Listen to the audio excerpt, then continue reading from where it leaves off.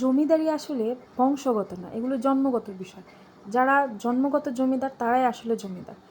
যেটাই হোক, দেখেন মানে আরাম কাকে বলে, কত প্রকার ও কী কী, এদেরকে না দেখলে আসলে বোঝার উপায় নাই। পায়ে জুতা, চোখের সামনে টিভি অন করা, খাবারটা খাচ্ছে শুয়ে শুয়ে, মানে সেই লেভেলে আরাম, মানে সর্ব অঙ্গে আরাম। এদেরকে দেখলে না আমার খুব আফসোস হয়, আমি কেন বড় হয়ে গেলাম।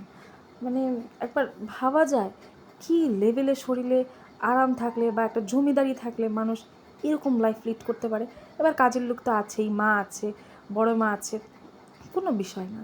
বিছানা অপরিষ্কার হচ্ছে হোক গে, আমার শরীরের আরামটা হচ্ছে সবার আগে। আমি হচ্ছে জন্মগত জমিদার।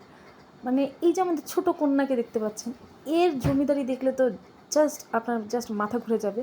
এই আগের জীবনে নিশ্চয়ই কোনো রাজার বংশের কেউ ছিল বা রাজা টাজা টাইপের কিছু একটা ছিল।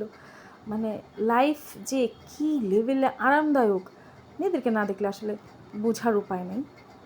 যাই হোক, মানে এদের আরাম দেখলে আমারই আফসোস হয়।